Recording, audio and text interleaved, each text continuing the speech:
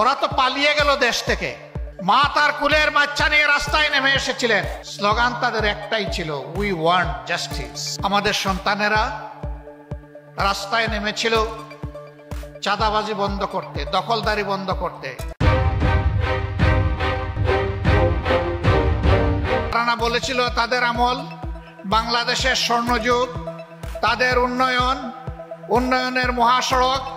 তারা না বলেছিল বাংলাদেশ উন্নয়নের রোল মডেল। তারা না বলেছিল বাংলাদেশে আইনের শাসন কায়েম হয়েছে তাদের হাতে। তাহলে তাদেরকে পালাতে হলো কেন? পালায় তারাই যারা অসংখ্য অপকর্ম করে, যাদের কোনো নৈতিক সাহস থাকে না জনগণের সামনে মুখ দেখানো। তাদের সকলের পতন হয় অত্যন্ত অপমানজনক। মানুষের সম্পদ চুরি করে লুণ্ঠন করে বিদেশে তারা কাড়ি কাড়ি টাকা জমিয়েছে। তাদের এত লিপ্সা, পেট তাদের এত বড়, সেই পেট কিছুতেই ভরে না। হ্যাঁ, আদম সন্তানের পেট ভরবে কোমরের মাটিতে। অবশ্য এটা ঠিক যে জীবন্ত থাকা অবস্থায় অনেকে কবরের স্বাদ এখন পাচ্ছে। যারা নিরীহ মানুষকে আয়না করে রেখে দিন সপ্তাহ মাস অতিক্রম করে বছরের পর বছর অন্ধকার প্রকোষ্ঠে রেখে আজানটা পর্যন্ত শুনতে দেয়নি, আজকে তাদের পরিণতি দেখেই জাতির শিক্ষা নেওয়া উচিত। সহকর্মী ভাইয়েরা, আল্লাহ তাআলার দান, ছোট্ট একটি দেশ, প্রায় 18-19 কোটি মানুষ। এত ছোট দেশে এত মানুষ, দুনিয়ার কথাও নেই। কিন্তু এটাও ঠিক, যেই দেশের 1 ইঞ্চি জমি এমন নেই যেখানে আল্লাহ নিয়ামত দান করেননি। জমির উপরিভাগ সবুজ, নিচে আল্লাহ তাআলা দিয়েছেন খনিজ সম্পদ, পানিতে আল্লাহ সম্পদ দান করেছেন, পানির নিচেও আল্লাহ খনিজ সম্পদ দান করেছেন। এমন সুষম দেশ দুনিয়ার বুকে খুব কমই আছে। বহু দেশ আমাদের চাইতে 20-30 গুণ বড়, কিন্তু সেখানে হাজার হাজার মাইল মরুভূমির পর মরুভূমি। একটা গাছ ফলাতে হলে তাদেরকে অনেক পরিশ্রম করতে হয়, অনেক বিনিয়োগ করতে হয়। আর বাংলাদেশে পাখি আমাদের ফলের বীজ খায়, ফল খায়, আস্তে করে বীজটা ছেড়ে দেয়, সেখান থেকে গাছ উঠে।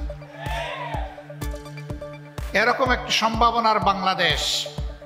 এদেশের জনগণ একটা পরিবর্তনের জন্য ছাত্রদের পাশে বুক চিতিয়ে দাঁড়িয়েছিল এই 24-এ। 47 থেকে শুরু করে, 71 থেকে শুরু করে 24 পর্যন্ত এসে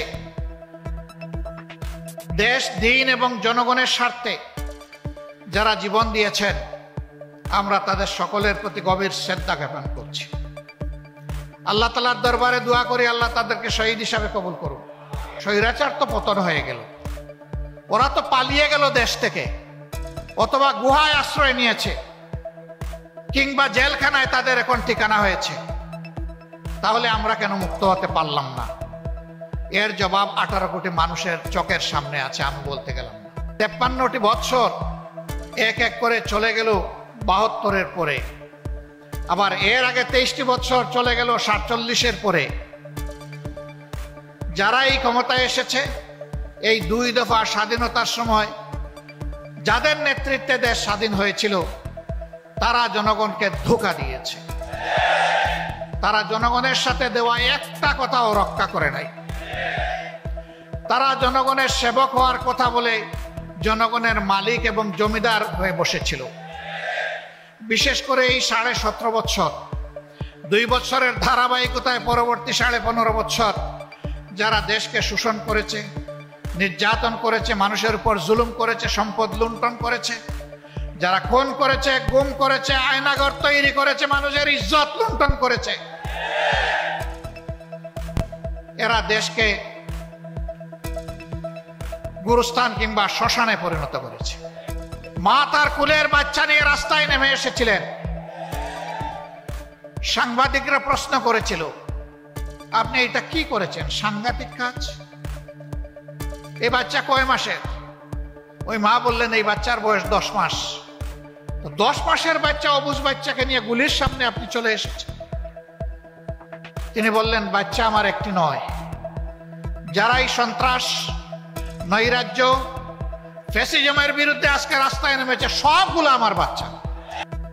আমাদের সন্তানেরা রাস্তায় নেমেছিল চাঁদাবাজি বন্ধ করতে, দখলদারি বন্ধ করতে, জুলুম বন্ধ করতে। চাঁদাবাজি, দখলদারি এবং জুলুম কি বন্ধ হয়েছে? বন্ধ করতে হবে, বন্ধ করতে হবে, থামতে হবে, সরে আসতে হবে। আমাদের সন্তানেরা এই জন্য রক্ত দেয় নাই, কারো ফলস জমিদারি তৈরি করার জন্য রক্ত দেয় নাই। তারা কেন রাস্তায় নেমে এসেছিল? স্লোগান তাদের একটাই ছিল, উই ওয়ান্ট জাস্টিস। আমরা ন্যায় বিচার চাই, আমরা বৈষম্য চাই না।